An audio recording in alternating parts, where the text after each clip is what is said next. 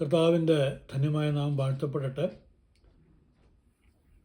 ഞാൻ ഇതിനു മുൻപ് 2 വീഡിയോകൾ അഭിഷേകം എന്നാൽ അന്യഭാഷയോ എന്ന വിഷയത്തെ ആസ്പദമാക്കി ചെയ്യുകയുണ്ട്. എൻ്റെ 2ാമത്തെ വീഡിയോ പഴയ നിയമത്തിൽ ദൈവം പരിശുദ്ധാത്മാവിനാൽ അഭിഷേകം ചെയ്ത വിവിധ ഉദ്ദേശങ്ങൾക്ക് വേണ്ടി, ചിലരെ യുദ്ധത്തിനു വേണ്ടി, ചിലരെ അവരുടെ മുമ്പിൽ വന്ന വലിയ ആപത്തിൽ നിന്ന് വിടുവിക്കാൻ വേണ്ടി ഓർപ്പിച്ചു. ശിംശോൻ്റെ നേരെ അലറി വന്ന ബാലസിംഹത്തിൽ നിന്ന് രക്ഷപ്പെടാൻ വേണ്ടി ദൈവത്തിൻ്റെ ആത്മാവ് വന്നു. അതുപോലെ തന്നെ ഫിലിസ്തീർ യുദ്ധത്തിന് വേണ്ടി കടന്നു വരുമ്പോൾ ശിംശോൻ ഇതാ ഫിലിസ്തീർ എന്ന് പറയുമ്പോൾ അവൻ്റെ മേൽ ദൈവത്തിൻ്റെ ആത്മാവ് വന്നിട്ട് അവന് അവിടെ മേൽ ജയം പ്രാപിക്കുന്ന കാഴ്ചകൾ, വ്യത്യസ്തമായ നിലകളിൽ ദൈവത്തിൻ്റെ ആത്മാവിൻ്റെ പ്രവർത്തനം. ഇവിടെ എന്താണ് പലപ്പോഴും നമ്മളെ ചിന്ത, അപ്പോസ്തല പ്രവൃത്തിയുടെ പുസ്തകത്തിൽ പ്രാരംഭ സമയത്ത് ഇറങ്ങി വന്ന ദൈവത്തിൻ്റെ പരിശുദ്ധാത്മാവ് അവർക്ക് ശക്തി കൊടുക്കുകയും അന്യഭാഷകളിൽ ദൈവത്തെ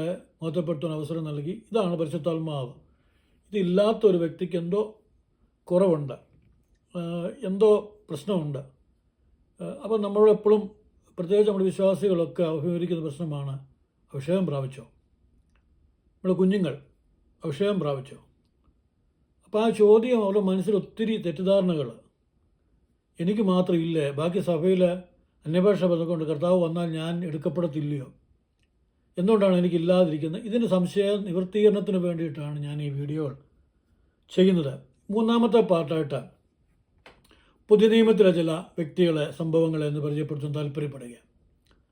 അതിൽ പ്രാരംഭമായിട്ട് പുതിയ നിയമ പുസ്തകങ്ങളുടെ പ്രാരംഭ സുവിശേഷമായിരിക്കുന്ന മത്തായിയുടെ സുവിശേഷം 1-ാം അധ്യായം 18-ാമത്തെ വാക്യം. അവിടെ നമുക്ക് കാണാൻ കഴിയുന്നത് യേശുവിന് ജന്മം നൽകിയ മറിയ എങ്ങനെയാണ് ഗർഭിണിയായത്. നമ്മൾ വായിക്കുന്നു, മറിയ യഹൂദ ഗോത്രത്തിലുള്ള യോസഫ് എന്ന് പറയുന്ന ഒരു പുരുഷന് വേണ്ടി നിശ്ചയം ചെയ്യപ്പെട്ട സ്ത്രീയായിരുന്നു. എൻഗേജ്മെൻറ്റ്, വിവാഹ നിശ്ചയം നടന്നിരുന്നു. എന്നാൽ അവർ കൂടി വരും മുൻപേ, അവർ വിവാഹിതരാകുന്നതിന് മുൻപേ മറിയ പരിശുദ്ധാത്മാവിനാൽ ഗർഭിണിയായി എന്ന് രേഖപ്പെടുത്തിയിരിക്കുന്നു. അപ്പം പ്രിയമുള്ളവരെ, ദൈവത്തിൻ്റെ ആത്മാവ്, പരിശുദ്ധാത്മാവ്, തൃത്വത്തിൽ ഒന്നായിരിക്കുന്ന ദൈവത്തിൻ്റെ ആ വ്യക്തിത്വം, അതിവിടെ മറിയയിൽ വരുത്തിയ പരിവർത്തനം, മറിയ അന്യഭാഷ പറയുകയോ പ്രവചിക്കുകയോ മറ്റെന്തെങ്കിലും വരങ്ങൾ ചെയ്യുകയോ അല്ല ചെയ്തത്. ഈ ലോകത്തിൻ്റെ രക്ഷകന് ജന്മം നൽകാൻ വേണ്ടി, മനുഷ്യാവതാരം നൽകാൻ വേണ്ടി, യേശുവിനെ ഈ ലോകത്തിലേക്ക് പിറക്കുവാൻ ഒരവസരത്തിനു വേണ്ടി പരിശുദ്ധാത്മാവ് അവളിൽ പ്രവർത്തിച്ചത്, അവൾ പരിശുദ്ധാത്മാവിനാൽ ഗർഭിണിയായി മാറ്റപ്പെടുവാന്നൊക്കെ നമ്മുടെ യാത്ര തീർന്നു. അപ്പം നമ്മളെപ്പോഴും മനസ്സിലാക്കേണ്ട ഒരു കാര്യം, സഭായോഗങ്ങളിൽ ഉപവാസ പ്രാർത്ഥന അല്ലെങ്കിൽ ആരാധന കൂടി വരുമ്പോൾ ഒരു പാട്ടിൻ്റെ അവസാന ഭാഗത്ത് തമ്പേറിൻ്റെ അടി മൂക്കുന്നതും കുറയുന്നതും അനുസരിച്ച് പറയുന്ന ഒരു സംഭവം അല്ല ദൈവത്തിൻ്റെ പരിശുദ്ധാത്മാവ്. അന്നേരം പറയാൻ കിട്ടുന്നൊരു ഭാഷ മാത്രം. ഇതിന് വ്യത്യസ്തമായ പ്രവർത്തനങ്ങളാണ്. ഇവിടെ ഒരു രക്ഷകൻ്റെ പിറവി സംഭവിക്കുക. ആ രക്ഷകൻ സ്വർഗീയത്തിൻ്റെ എല്ലാ മഹിമകളെയും വെടിഞ്ഞുകൊണ്ട് ഒരു മനുഷ്യനായിട്ട് ഭൂമിയിലേക്ക് അവതരിക്കുവാൻ വേണ്ടി ദൈവത്തിൻ്റെ പരിശുദ്ധാത്മാവ് ഈ കന്യകയിൽ പ്രവർത്തിക്കുക. അപ്പം പരിശുദ്ധാത്മാവിൻ്റെ പ്രവർത്തനങ്ങൾ ഇങ്ങനെയാണ്. ഇനിയും അതേ മത്തായിയുടെ സുവിശേഷം 3-ാം അധ്യായം 16-ാമത്തെ വാക്യം നമുക്കവിടെ കാണാൻ കഴിയുന്നത് യേശുവിൻ്റെ സ്നാനത്തെക്കുറിച്ചാണ്. യോഹന്നാൻ സ്നാപകൻ യോർദാനിൽ സ്നാനം കഴിപ്പിച്ചുകൊണ്ടിരിക്കുന്നു. യേശു അവിടേക്ക് എത്തുന്നു. യേശു വെള്ളത്തിലിറങ്ങി, യോഹന്നാൻ യേശുവിനെ സ്നാനം കഴിപ്പിക്കുന്നു. അവൻ വെള്ളത്തിൽ നിന്ന് കയറിയ ഉടനെ ദൈവത്തിൻ്റെ ആത്മാവ് പ്രാവെന്ന പോലെ യേശുവിൻ്റെ മേൽ വന്നു. എന്നിട്ട് പറഞ്ഞു, ഇവൻ എൻ്റെ പ്രിയപുത്രൻ, ഇവങ്കൽ ഞാൻ പ്രസാദിച്ചിരിക്കുന്നു. അവിടെ കേൾവിക്കാരായി അവിടെ ചുറ്റും നിന്ന, സ്നാനത്തിനു വേണ്ടി അവിടെ വന്നിട്ട് മറ്റുള്ള എല്ലാവരും അവരുടെ അന്നത്തെ സംസാര ഭാഷയിൽ, ഒരുപക്ഷെ അരാമ്യ ഭാഷയിൽ അവർ സംസാരിക്കുന്ന ഭാഷകൾക്ക് മനസ്സിലാക്കുന്ന പോലെ ഈ ദൈവത്തിൻ്റെ ആത്മാവ് പ്രാവെന്ന രൂപത്തിൽ യേശുവിൻ്റെ മേൽ ആവസിക്കുമ്പോൾ പറയുകയാണ്, ഇവൻ എൻ്റെ പ്രിയപുത്രൻ, സാക്ഷ്യപ്പെടുത്തുകയാണ്, ഞാൻ ഇവങ്കിൽ പ്രസാദിച്ചിരിക്കുന്നു. അവിടെ അവർക്കാർക്കും മനസ്സിലാകാത്ത ഒരു ഭാഷ പറഞ്ഞ് അല്ലെങ്കിൽ മറ്റൊരു വീരപ്രവൃത്തി ചെയ്ത് അവിടെ ഡയറക്റ്റ് യേശുവിനെക്കുറിച്ച് സാക്ഷ്യപ്പെടുത്തിക്കൊണ്ട് ഒരു അംഗീകാരപത്രം നൽകിക്കൊണ്ട് അവിടെ നിൽക്കുന്നവർ വിശ്വസിക്കുവാൻ വേണ്ടി ഈ ദൈവത്തിൻ്റെ പുത്രനാണ്, ദൈവം പ്രസാദിച്ച് ദൈവത്താൽ അയക്കപ്പെട്ടവനാണെന്ന് പരിശുദ്ധാത്മാവ് സാക്ഷ്യപ്പെടുത്തുക. ഇനിയും മത്തായി സുവിശേഷം 4-ാം അധ്യായം 1-ാമത്തെ വാക്യം വായിക്കുമ്പം യേശുവിനെ ആത്മാവ് മരുഭൂമിയിലേക്ക് നടത്തി. എന്തിനാണെന്നറിയാമോ? പിശാചിനാൽ പരീക്ഷിക്കപ്പെടുവാൻ. പിശാച് യേശുവിനെ പരീക്ഷിക്കുന്നു. യേശു ഉപവസിച്ച ശേഷം ക്ഷീണിതനായ വിശന്നിറങ്ങി വരുമ്പോൾ പിശാച് അടുക്ക് വന്നിട്ട് പല പ്രലോഭനങ്ങൾ കൊടുത്ത് യേശുവിനെ, നമുക്കറിയാം യേശു അവിടെ വിശന്നവനായിട്ടാണ് ഇറങ്ങി വരുന്നത്. ക്ഷീണിതനാണ്, വിശന്ന് വരിക 40 ഉപവാസം കഴിഞ്ഞിട്ട്. പക്ഷേ ഈ കല്ലുകളോട് നീ കൽപ്പിച്ചത് അപ്പമായി തീരും. അകപ്പന്നെ പോട്ടെ, അല്പസമയം കഴിഞ്ഞ് എവിടെയെങ്കിലും പോയി വല്ലതും കഴിക്കാമെന്ന് വെക്കാം. അവസാനം ക്ഷണനേരം കൊണ്ട് ഈ ലോകം എൻ്റെ മഹത്വം മുഴുവൻ കാണിച്ചിട്ട് പറഞ്ഞു, നീ എന്നെ വീണ് നമസ്കരിച്ചാൽ ഇത് മുഴുവൻ ഞാൻ നിനക്ക് എങ്കിൽ ഫലമേൽക്കപ്പെട്ടിരിക്കുന്നു. എന്തോ ഒരു വലിയ പ്രലോഭനമാണ്. അവിടെയെല്ലാം ഈ സാത്താനാൽ പരീക്ഷിക്കപ്പെടുമ്പോൾ അതിനെ ജയിക്കുവാനുള്ളൊരു കൃപയായിട്ട് പരിശുദ്ധാത്മാവ് യേശുവിൽ പ്രവർത്തിക്കുകയാണ്. അപ്പം യേശുവിനെ പരിശുദ്ധാത്മാവ് നടത്തി മരുഭൂമിയിലേക്ക്. സാത്താൻ വിശന്ന് വരുന്ന യേശുവിനെ പല പ്രലോഭനങ്ങൾ പറഞ്ഞ് പരീക്ഷിക്കുമ്പോഴും അവിടെ പരിശുദ്ധാത്മാവ് ചെയ്ത പ്രവൃത്തി എന്താണ്? ആ പ്രലോഭനങ്ങളിൽ നിന്നും, സാത്താനാൽ പ്രലോഭിക്കപ്പെടുന്നതിൽ നിന്നും ജയിക്കുവാനുള്ള ജയത്തിൻ്റെ ശക്തിയായി മാറ്റപ്പെടുവാൻ തൊക്കെ നമ്മുടെ യാത്രയാണ്. ഇപ്പം നമ്മളെ വിശ്വാസികൾ പാപത്തിൻ്റെ മറ്റ് മോഹങ്ങളുടെ, കൺമോഹം, ജഡമോഹം, ജീവനത്തിൻ്റെ പ്രതാപം മുതലായ പ്രലോഭനങ്ങൾ അകപ്പെടുമ്പോൾ ഒരു പക്ഷേ അതിൽ നിന്ന് ജയിച്ച് പുറത്തു വരാൻ കഴിയുന്ന നിന്നിൽ വ്യാപരിക്കുന്ന ശക്തി എന്തോ, ആത്മാവെന്തോ, അതാണ് പരിശുദ്ധാത്മാവിൻ്റെ അഭിഷേകം. അതാണ് പരിശുദ്ധാത്മാവിൻ്റെ അഭിഷേകം. ഇപ്പം നമ്മളെ വശീകരിക്കുന്ന, നമ്മളെ ആകർഷിക്കുന്ന എന്തോ ഒന്ന് കണ്ടിട്ട് അതേ നോക്കി ആർക്കും മനസ്സിലാകാത്ത 4 അന്യഭാഷ പറഞ്ഞാൽ ജയിക്കണമെന്നില്ല. അവിടെ പരിശുദ്ധാത്മാവ് നമ്മുടെ ഇന്ദ്രിയങ്ങളിൽ, അവയവങ്ങളിൽ തരുന്ന ഒരു ജയം, അതാണ് പരിശുദ്ധാത്മാവ്. ഇനിയും ലൂക്കോസിന്റെ സുവിശേഷത്തിലേക്ക് വരാം. 1-ാം അധ്യായം. ഇതെല്ലാം യേശുക്രിസ്തു സ്വർഗാരോഹണം ചെയ്ത ശേഷം പെന്തക്കോസ് പെരുന്നാളിനൊക്കെ മുമ്പ് സംഭവിച്ച കാര്യങ്ങളാണ്. അത് ഞാൻ ഈ കാര്യങ്ങളെല്ലാം പ്രത്യേകമായിട്ട് പറയുന്നത്. ഇപ്പോൾ മുന്നോട്ടുള്ള കാര്യങ്ങളിലേക്ക് അധികം പോകുന്നില്ല. ഇവിടെ എന്താ സംഭവിച്ചെന്നറിയാമോ? ഇവിടെ ഈ യോഹന്നാൻ സ്നാപകൻ്റെ അമ്മ എലിസബത്ത്, സക്രിയ പ്രവാചകൻ്റെ ഭാര്യ, പുള്ളിക്കാരത്തി യോഹന്നാൻ സ്നാപകനെ ഗർഭം ധരിച്ച് ഇരിക്കുക. അപ്പം നമ്മുടെ യേശുവിൻ്റെ അമ്മ മറിയയും എലിസബത്തും അടുത്ത ചാർച്ചക്കാരി, അടുത്ത കൊച്ചമ്മ, ആ ബന്ധമാണ്. അപ്പം ഈ എലിസബത്ത് ഇങ്ങനെ ഗർഭിണിയായിട്ട് ഗർഭമൊക്കെ ധരിച്ചിങ്ങനെ ഇരിക്കുന്നതുകൊണ്ട് കൊച്ചമ്മയൊന്ന് കാണാൻ പോകാം, അല്ലെങ്കിൽ ബന്ധക്കാരത്തെ കാണാൻ പോകാം. മറിയ ബന്ധപ്പെട്ട് എഴുന്നേറ്റ് എഫ്രൈം മലനാട്ടിൽ ഈ എലിസബത്തിൻ്റെ വീട്ടിൽ ചെല്ലുക. എലിസബത്തിൻ്റെ വീട്ടിൽ ചെന്ന് കയറി എലിസബത്തിനെ കണ്ടപ്പം കൊച്ചമ്മ എന്നോട് വിശേഷം, അല്ലെങ്കിൽ എന്തുകൊണ്ട് വിശേഷം, എന്തുമായിട്ട് എങ്ങനെ അഭിസംബോധന ചെയ്യാം? ഞാൻ ഒരു ഭാഷ അങ്ങ് പറഞ്ഞതേ ഉള്ളൂ, ഒരു അഭിസംബോധന അങ്ങ് പറഞ്ഞതേ ഉള്ളൂ. അല്ലെങ്കിൽ നമ്മുടെ ഭാഷ good morning, what ever it may be, good morning or good evening or എന്തെങ്കിലും പറഞ്ഞു. ഈ മറിയയുടെ വന്ദന സ്വരം എലിസബത്ത് കേട്ടപ്പോൾ ഗർഭത്തിൻ്റെ അകത്ത് വയറ്റിൽ കിടക്കുന്ന യോഹന്നാൻ തുള്ളിയെന്ന് എഴുതിയിരിക്കുന്നത്. അതായത് മറിയയുടെ വന്ദനം, എലിസബത്തിനോട് വന്ദനം പറഞ്ഞപ്പം, ഗുഡ് മോർണിംഗ് പറഞ്ഞപ്പം ഇവിടെ പുറത്തോട്ട് ശബ്ദവും വന്നില്ല. അകത്ത് ഉദരത്തിൽ കിടന്ന യോഹന്നാൻ സ്നാപകൻ പിള്ള തുള്ളി. അപ്പം നമ്മൾ ചിന്തിക്കണം, ദൈവത്തിൻ്റെ പരിശുദ്ധാത്മാവ് ഏതെല്ലാം വിധത്തിലാണ് പ്രവർത്തിക്കുന്നത്.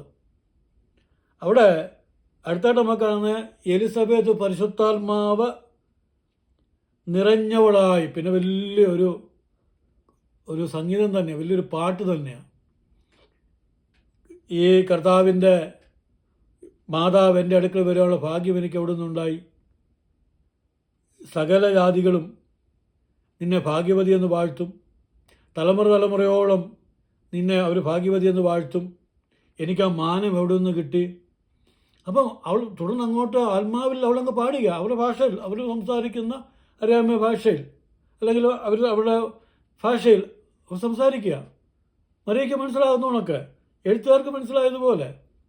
പ്രിയമുള്ളവരെ, എലിസബത്തിന് മേൽ ദൈവത്തിൻ്റെ ആത്മാവ് വരിക. എലിസബത്ത് ആരാ? ഈ മറിയയുടെ ചർച്ചക്കാരെയാണ്. അന്നത്തെ പുരോഹിതനായിരിക്കുന്ന സക്രിയ പുരോഹിതൻ്റെ ഭാര്യ കൂടെയാണ്. അല്ല, സക്രിയ പുരോഹിതൻ വീട്ടിലേക്ക് വന്നു. വീട്ടിലേക്ക് വന്നപ്പോൾ ഈ സംഭവിച്ച കാര്യങ്ങളൊക്കെ ഇതൊക്കെ പറഞ്ഞ് കഴിഞ്ഞപ്പം നമുക്കവിടെ കാണാൻ 1-ാമത്തെ അധ്യായം, അതേ അധ്യായം 67-ാമത്തെ വാക്യത്തിൽ സക്രിയ പുരോഹിതൻ പരിശുദ്ധാത്മാവ് നിറഞ്ഞവനായി. പിന്നെ ഈ 67-ാമത്തെ വാക്യം തൊട്ട് ആ അധ്യായം, അതായത് 1-ാം അധ്യായം അവസാനം 80-ാമത്തെ വാക്യം വരെ അദ്ദേഹം അങ്ങ് പ്രവചിക്കുക.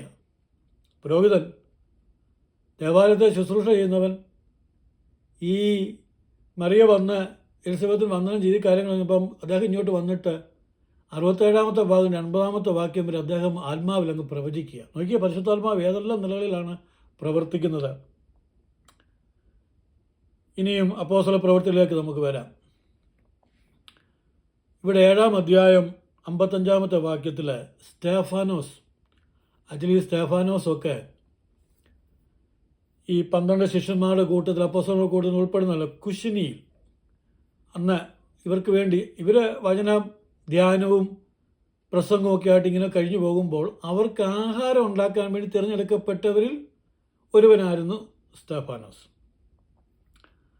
സ്തേഫാനോസ് പരിശുദ്ധാത്മാവ് നിറഞ്ഞവനായിട്ട് ഭയങ്കര ഒരു പ്രസംഗം, യേശുവിനെ സാക്ഷീകരിക്കുക, ഈ യഹൂദന്മാരോട് യേശു ദൈവമാണെന്ന്, കർത്താവാണെന്ന്, രക്ഷിതാവാണെന്ന് പ്രസംഗിക്കുക. ഇവർക്ക് ഭയങ്കര ദേഷ്യം. ഇവർ കോപപരവശരായിട്ട് സ്തേഫാനോസിനെ കല്ലെടുത്തെറിഞ്ഞ് കൊന്നു.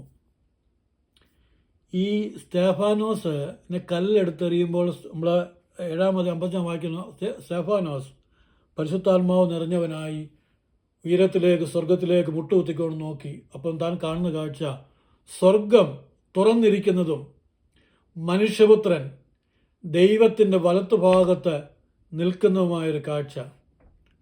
നിങ്ങളൊന്ന് ആലോചിച്ച് നോക്കിയേ. ഇവിടെ കല്ലെറിയപ്പെട്ട് താൻ രക്തസാക്ഷിയായി മരിക്കുക. വേണമെങ്കിൽ സ്തേഫാനോസിനെ തള്ളിപ്പറഞ്ഞ് എനിക്കൊരു തെറ്റ് പറ്റിപ്പോയി, ഒരു അബദ്ധം പറ്റി, യഹോവയായ ദൈവത്തെയാണ് നമ്മൾ ആരാധിക്കേണ്ടത്, യഹൂദ പുരുഷന്മാരെ ക്ഷമിക്കണം, മാപ്പാക്കണം എന്ന് പറഞ്ഞ് രക്ഷപ്പെടാം.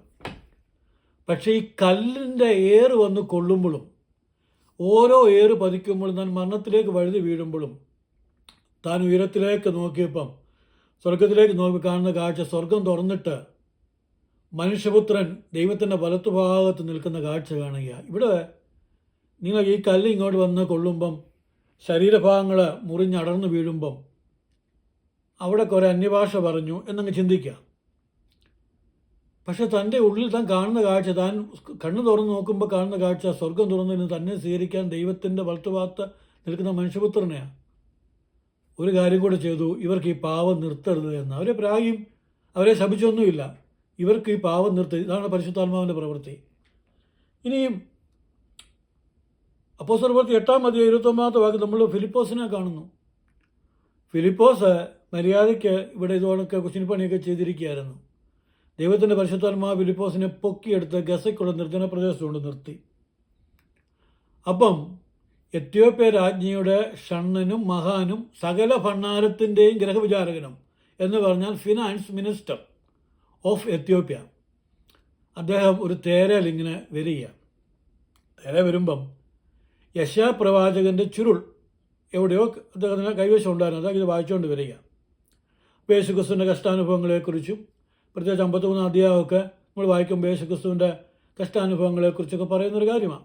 പുള്ളി ഇങ്ങനെ വായിച്ചുകൊണ്ട് വരിക. ഇത് ആരെക്കുറിച്ചാണ് പറയുന്നത്, ഒരു പിടുത്തം കിട്ടുന്നില്ല, ഞങ്ങളെ കേൾപ്പിച്ചത് ആർ വിശ്വസിച്ചിരിക്കുന്നു, ഇതൊക്കെ ഇങ്ങനെ വായിച്ചുകൊണ്ട് വരിക. അവനെ കണ്ടാൽ ആളറിയാത്തവനെ പോലെ രൂപമാക്കപ്പെട്ടു, സകലും അവനെ കണ്ടില്ല, പിന്നെ തല കുനിച്ചു, ഇങ്ങനെ ഇത് വരിക. അവൻ്റെ വസ്ത്രമെല്ലാം ചീട്ടിട്ടെടുത്തു, അവൻ്റെ അസ്ഥികളെല്ലാം എണ്ണ, ഇങ്ങനെ ഉള്ള യേശുവിൻ്റെ ക്രൂശ് മരണത്തെക്കുറിച്ചുള്ള ഭാഗങ്ങളൊക്കെ ഇങ്ങനെ വായിച്ചു വരിക. അതിനെക്കുറിച്ച് ഒരു പിടുത്തമില്ല. അപ്പോൾ ദൈവത്തിൻ്റെ ആത്മാവ് ഫിലിപ്പോസിനോട് പറഞ്ഞു, നീ ആ തേരിനോട് ചേർന്ന് നടക്കാൻ പറഞ്ഞു. അവസാനം ഫിലിപ്പോസ് ചോദിച്ചു, പ്രഭോ വായിക്കുന്നവല്ലോ മനസ്സിലാവുന്നു, ഒരുത്തം പറയാതെ വ്യാഖ്യാനിക്കാൻ മനസ്സിലായി. ഫിലിപ്പോസിനെ പിടിച്ച് തേരെ കയറ്റിയിരുത്തി. ഫിലിപ്പോസ് യേശുക്രിസ്തുവിനെ ആധാരമാക്കിയുള്ള സുവിശേഷം ഇത് വെച്ച് അങ്ങോട്ട് പറഞ്ഞു. ഈ പറഞ്ഞിരിക്കുന്ന പ്രവചനം യേശുക്രിസ്തുവിനെ ആധാരമാക്കിയ.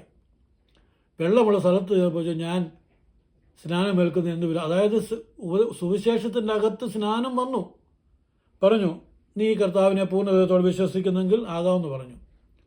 അവിടെ തേർ നിർത്തി സ്നാനമേറ്റു. അടുത്തത് ഞാൻ പറഞ്ഞു 8:29 ആത്മാവ് ഫിലിപ്പോസിനെ എടുത്തുകൊണ്ട് ഗസക്കുള്ള നിർപ്രദേശം കൊണ്ട് നിർത്തി. 39 സ്നാനം കഴിപ്പിച്ചപ്പോൾ കഴിഞ്ഞ് ഫിലിപ്പോസിനെ കണ്ടില്ല.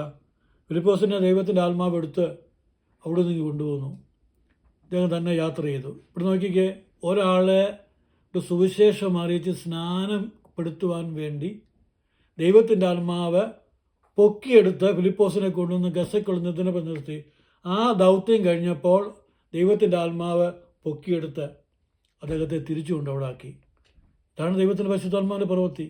നമ്മുടെ വിചാരം 2 പാട്ടിൻ്റെ അവസാന ഭാഗത്ത് തമ്പേറിൻ്റെ അടിയൊക്കെ അങ്ങോട്ട് മൂത്ത് വരുമ്പം അതിൻ്റെ താളം ഒപ്പിച്ച് പറയുന്ന ആർക്കും മനസ്സിലാകാത്ത കുറേ പദം പറയുമ്പോൾ ഇതാണ് അഭിഷേകം, ഇതില്ലെങ്കിൽ എനിക്ക് എന്തോ കുറവില്ല.